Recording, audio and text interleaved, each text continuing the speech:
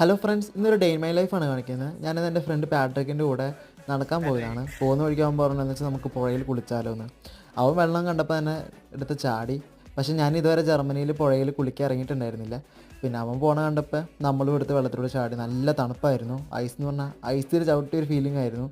അവൻ വെള്ളത്തിലൊക്കെ മുങ്ങാൻ കൂടി ഇട്ടു. പിന്നെ അതിനുശേഷം അവന് അടുത്ത ആഴ്ച ആബ്സലൂട്ട് പ്രൂഫും കാണാം. അതുകൊണ്ട് അവൻ കുത്തിയിരുന്ന് പഠിക്കുന്നുണ്ടായിരുന്നു. നമ്മളതിനുശേഷം കുറച്ചൊക്കെ ഇങ്ങനെ നടന്ന് എനിക്ക് ശരിക്കും ഇത് ഏഴാറ്റം പോലെ ഫീൽ ചെയ്തു കേട്ടോ. അതിനുശേഷം നല്ല വിശപ്പുണ്ടായതുകൊണ്ട് നമ്മൾ നേരെ കാൽപ്ലാറ്റ്സിൽ നമ്മുടെ സ്ഥിരം സ്ഥലമായ കരം റെസ്റ്റോറൻറ്റിലോട്ടാണ് പോയത്. അവിടെ പോയിട്ട് ഒരു അറബി ടെല്ലർ കഴിച്ചു. ദെൻ അവിടെ നേരെ നമ്മൾ ഒളിമ്പിയ പാർക്കിലോട്ട് വിട്ടു. അവിടെ മെറ്റാലിക്കയുടെ കോൺസേർട്ട് ഉണ്ടായിരുന്നു. സ്റ്റേഡിയം ഫുള്ളായിരുന്നു. അതിന് പുറമെ അവിടെ ഒളിമ്പിയ ഹില്ലുണ്ടായിരുന്നു. അത് ഫുൾ ആൾക്കാരായിരുന്നു. കാണാൻ നല്ല ഭംഗിയായിരുന്നു.